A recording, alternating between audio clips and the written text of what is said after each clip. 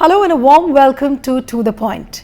In the present Modi government, there are a number of questions raised on the existential feasibility of a financial and economic body like Planning Commission. There are reports it could be dismantled, it could be restructured, but there's no clarity from the government side as yet. Joining me now is Minister for Planning, Statistics and Program Implementation. He's also Minister of State for Defence. I welcome Rao Inderjit Singh onto The Point. Welcome, sir. Thank you. Mr. Singh, let me begin by asking you, there are reports that government thinks that during the present times, Planning Commission is almost a creature of a license permit Raj, and actually it doesn't serve any purpose in a liberalized economic scenario at the moment. What are your thoughts on this information? See, whatever information that I have also got is either through the visual media or through the print media. From the government itself, there has been no statement as such, because the mind hasn't been made up. It's still under consideration as to what is to be done with the Planning Commission, or whether there would be a deputy chairman appointed for the Planning Commission. So these are things that are still under consideration. Whatever I have heard about revamping, shortlisting, curtailing, doing away with the Planning Commission is all through the media. So speculation so far. But when you say it's through the media, then how is it getting leaked to the press? I wouldn't know. I mean, I am not privy to how the press gets its information. The press gets its information from various ways, and they don't mostly come up with the names that have given that information to them. The only thing that I can think of is that before the last government demitted office, they appointed Mr. Chibber, a retired IAS officer, serving IAS officer or something like that, as a monitoring agency. But sir, this perception about revamping the Planning Commission or reconstituting it, I don't know how you're going to put it, but this has been underway since the time of Manmohan Singh's government, because I very clearly remember Manmohan Singh having said in a gathering that it needs to be reconstituted. Later on, former Finance Minister even P. Chidambaram talked about reconstituting the whole thing. And you are the first Planning Minister who holds this portfolio as an independent charge.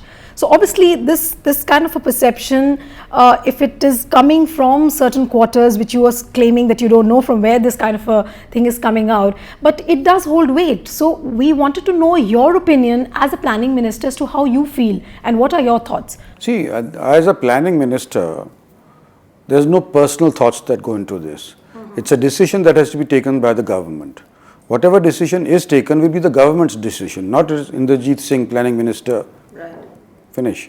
It has to be a government decision.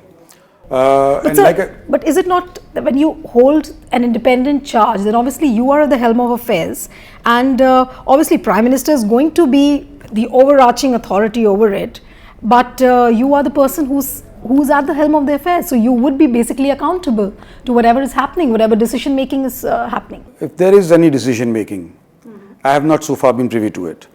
And if there is to be a Planning Commission deputy chairman, I'm neither privy to that either. So if there is to be a deputy chairman, then I would be a junior minister, because the rank of a deputy chairman of the Planning Commission is of a cabinet rank, and I'm independent charge Minister of State. You've been almost more than a month into the ministry, and at what stage is this issue? Because Planning Commission is an important body, an important financial and economic body, and you have to take important decisions like what UPA government had been taking. So people want to know as to what kind of decisions are going to come out of this body, and amidst all these confusing reports that Planning Commission will be reconstituted, it will be restructured, it will be dismantled. So you mean to say that you don't have any clarity from the side of Narendra Modi at the moment as to what's going to be done? Let me put it like this. The Planning Commission comes in at the planning stage. It plans funds, states, whether it's to the states that you allocate those funds, whether it's from the central kitty that you allocate those funds. That process has already happened in the UPA too. So our actual practice as a Planning Commission would only come in for next year's planning. We have, I think, 6-8 months before that happens. So by that time we will have a fairer idea as to how the Planning Commission is to go about its work. I'm not saying that it will not be considered. I'm saying that the Planning Commission maybe needs to be looked at, so that the states don't feel that it's an hindrance, so that department don't feel that it's a hindrance. But in my personal opinion, which is not to be taken as the government opinion, of course, anybody who's in government, the Prime Minister, needs to have a second opinion. If everything was to be handed as per reports in the newspapers or the visual media, if everything was to be handed over to the Finance Ministry, the Finance Commission, then there would be only one source of information. Right. And even though Finance Ministry is already a very heavy charge, right, it would be added charge on that. And who would the states go and represent to? It's not the Finance Ministry, it's some place where it's taboo, people don't really are not allowed to. Why these questions on the importance of Planning Commission are coming up is that because Narendra Modi at the very outset had said that his main focus would be to put the economy on track, put infrastructure on track. So basically that's where the Planning Commission had been playing an important role during the UPA tenure. So it's a very logical expectation of the people, of the economists, as to how Planning Commission is going to function. But anyways, you already have said that you are in the initial stage of it, you are in the planning stage, so you yourself don't know which way, which course the whole thing. What the government is going to decide will be before the next financial year, begins. Right. So I think we have that window, right, within which to mull it over and make up our mind. So will you concede to the fact that for Narendra Modi, or maybe for you as a planning minister, at the moment, Planning Commission, the reconstitution or the framework of the Planning Commission is not a priority at the moment, which means? Well, we have, like I said, the Planning Commission has done its work for this present year, and the next year's work is yet to start. Even our midterm appraisal of the schemes of the 12th five-year plan will only start in September, October. So we have this window, 3-4 months. And if there is something which will allow the Planning Commission to function in a manner which does not upset either the states or other ministries, I think we should have a look at it. BJP had raised a red flag as far as the foreign funded NGOs were concerned, how they were influencing the plan panel. There are reports of that.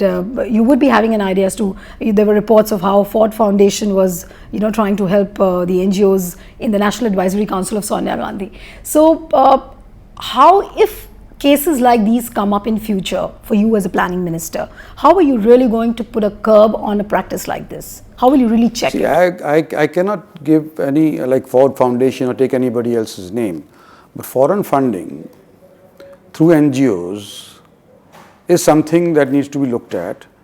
The idea being that it should not be funding with an intent to subvert India's either its democracy or its economy or even its territorial integrity. So these are things that need to be looked at, and if foreign funding has taken place and there is an ulterior design behind those fundings, then I think this government will be looking at it. So you have made up your mind to initiate an inquiry as to whichever cases have come up in the past? No, you are saying that about an inquiry. I am just saying at the moment that foreign funding is an area where we need to look at. The bureaucrats within the Planning Commission, they have chosen this body as a parking space for themselves to stay in the capital, and then they start lobbying for the posts in various ministries. How are you as a minister going to put a curb on this trend of bureaucracy which has been seen in the past? Will you be able to put a curb on this? Well, one wouldn't want the Planning Commission to be a parking area for bureaucrats, like you said, who have done their job. Because that was seen as a trend in the past. Yeah, well, one would like to address that situation.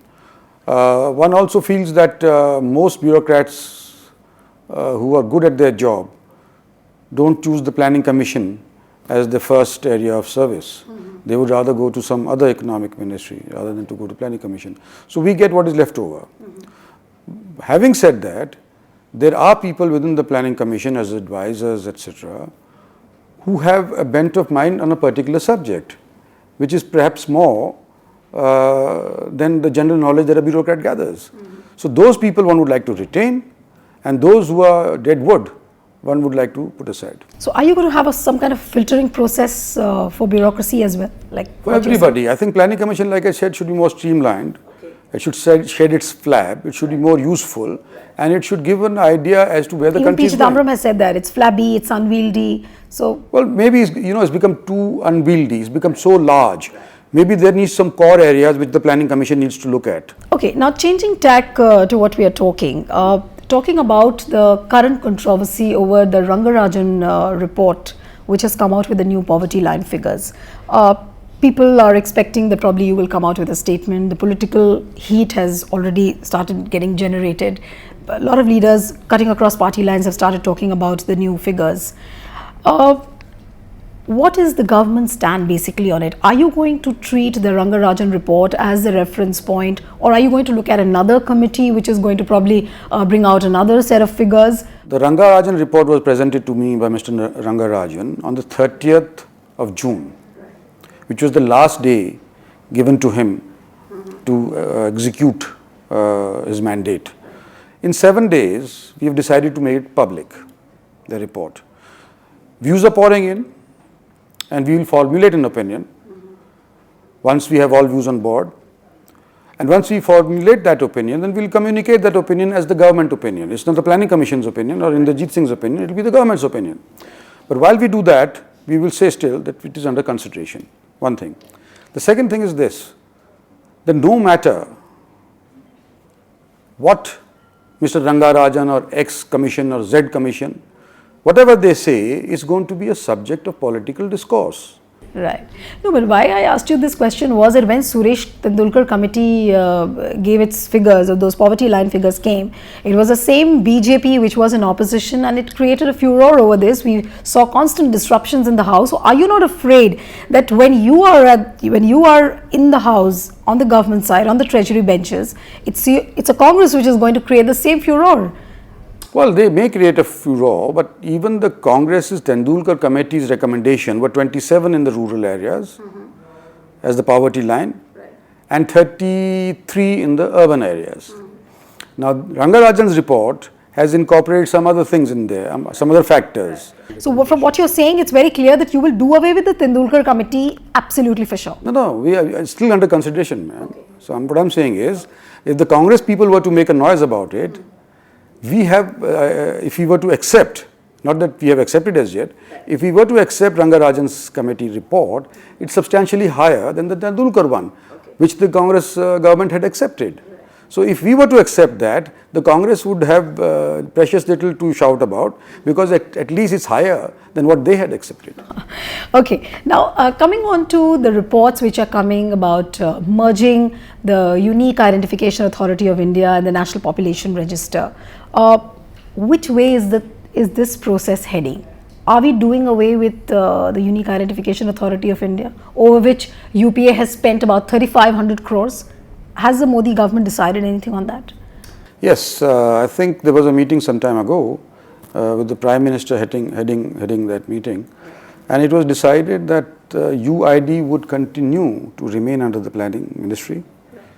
The National People's Register would continue to be made by the Home Ministry. Let them run its full course.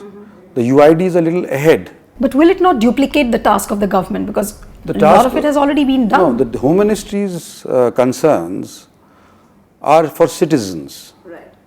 That a person who is under the National People's Register is a citizen of the country. Okay. And if he is not a citizen of the country, so he gets a national identity card with. Once he gets the National People's Register, he becomes a citizen of the country. The UID's mandate is different. Right. It just says who is a resident of the country.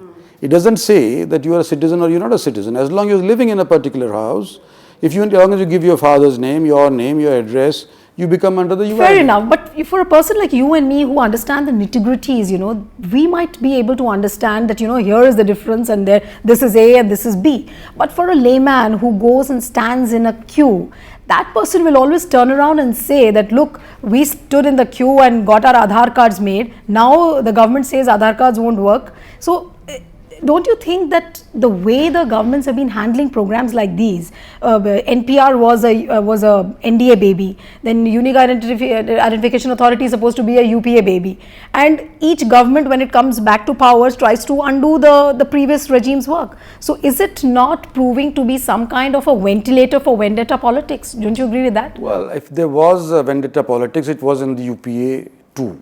between various senior ministers and maybe the planning commission's deputy chairman. We have taken a decision on this. The Prime Minister or others. But the credit taking process is already on, because Home Minister Rajnath Singh is saying that NPR is the world's biggest e-governance initiative, the biggest security initiative. And likewise, UPA was also taking its credit. Well, I'm just answering your question. Right. Your moot point was whether there is going to be UID, whether there is not going to be UID. The decision at the Prime Minister's level has been taken. At present, UID is going to be a separate body, NPR is going to be a separate body. So, which means there is going to be no convergence between the two. Once they have reached their full achievement target of 100 crore plus, okay, then it will be reviewed. Okay. Whether it has to be submerged, subsumed, right, one into the other or not, that is a decision that has to be taken once you reach a 100 crore figure. Fair or maybe the 120 crore figure. Fair enough, but economists and people will always raise questions about the deadline, because no deadline has been set at the moment. But Mr. Singh, I'll have to take a break here. When we come back, we talk to Rao Inderjit Singh on the challenges faced by the Ministry of Defence and also his future as a leader in Haryana. Back in a moment.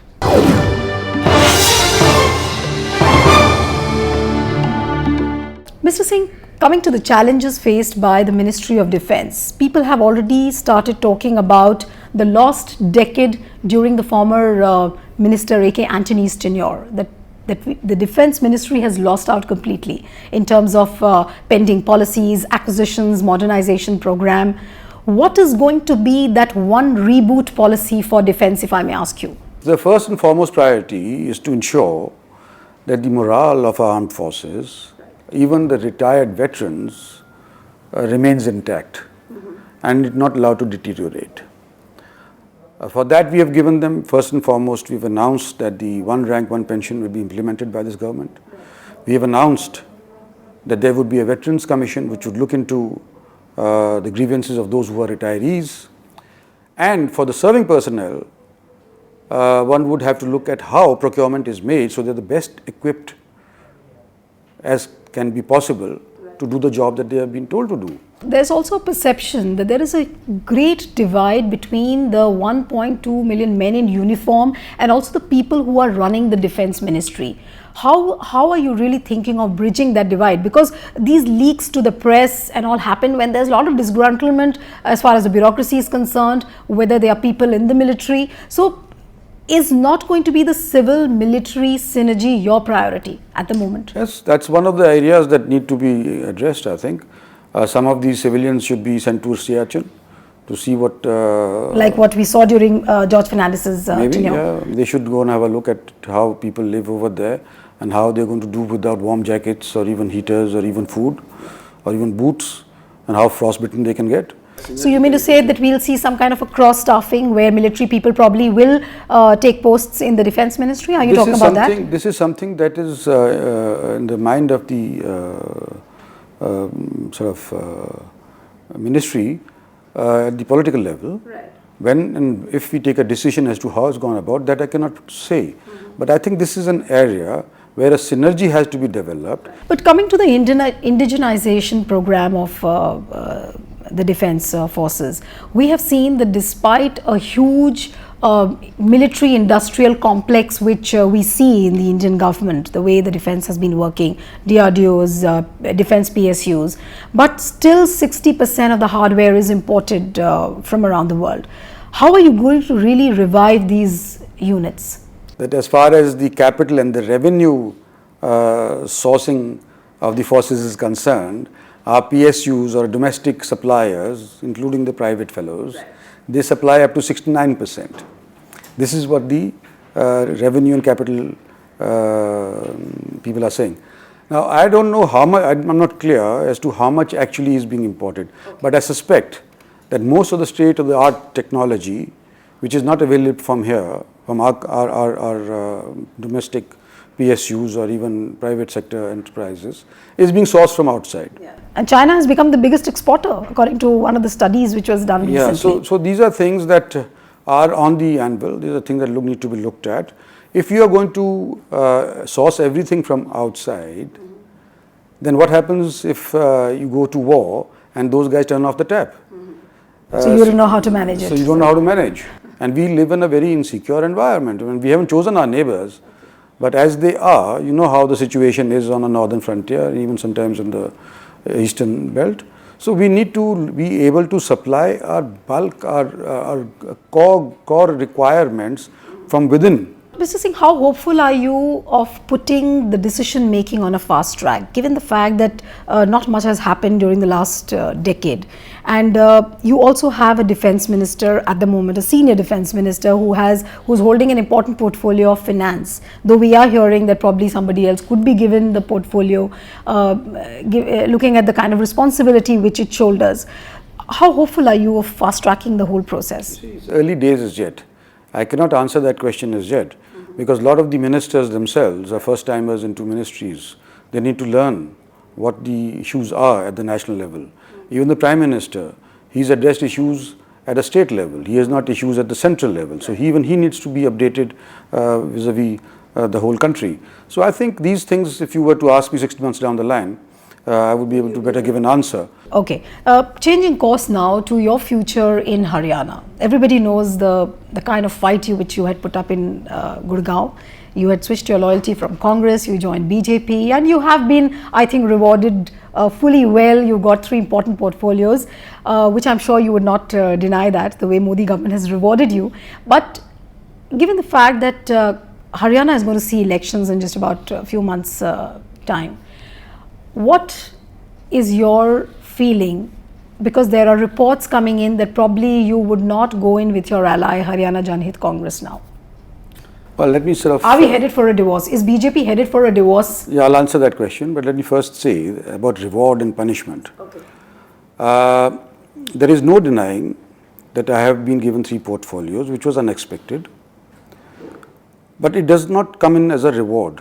I would think that it's a question of acceptance. Okay. I was in the Congress for 36 years. I was not really accepted. Within the BJP, I have been only there 6 months and I have been accepted. So I have become a member of the BJP family. Okay. And if I have given this, I would like to think it's not as a reward for having espoused the cause of my constituency, of my state. It is because I am a member of the family and they think that I am able to deliver as a minister. So it's innate ability perhaps within the BJP family that has got me these 3 portfolios, not a reward. I will put it that your ability has been rewarded by Narendra Modi government. Anyways, but we wanted to know about BJP's divorce with Haryana Janhit Congress. How far are the reports true? Is BJP really headed for a divorce? Well, that is in the ken of the BJP parliamentary board. Okay. So no decision has been taken as yet on that? No. But how far is it true that your 45:45 formula of seat sharing is not going to work, because BJP MLAs are very hopeful that they will win hands down, so they don't need an ally like Haryana Janhit Congress? BJP only has 4 MLAs at the moment. Kuldeep Bishnoi had 6, but 5 of them defected and went to the Congress. So Kuldeep Bishnoi only has 1. During the Lok Sabha election, we won 7 out of 8 seats which we contested under the BJP banner. 2 seats were given to the HJC as per arrangement. Unfortunately, they lost both. Right. BJP has emerged stronger post this election, and the HJC has lost a little bit of its clout within the state of Haryana. Now, if you were to go into the Vidhan Sabha elections with the same old arrangement, I don't think it would be doing justice to the mandate of the people of Haryana. There are too many front runners when it comes to the choice for the CM's post for the assembly elections in Haryana. Your name is also there, Anil Vij is there, Ramvilas Sharma is there. There's so many front runners. Are you ready to take up the post of a chief minister? Because your chief ministerial ambitions are not hidden. You have time and again said.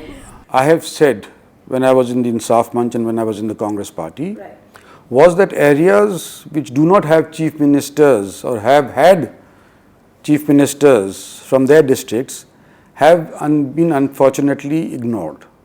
Okay. So there should be people from different areas, and especially the south where I come from, which has time and again put a lot of governments into power, but they have been exploited and they have not been given their due deserts. Today, there is no ambition of mine as a personal politician, because chief minister's head is a crown of thorns. Especially if you are from Haryana, you would understand. It's a small state but very politically volatile. what needs to be done. If given a choice, probably you would not opt for it. That's what you mean to say?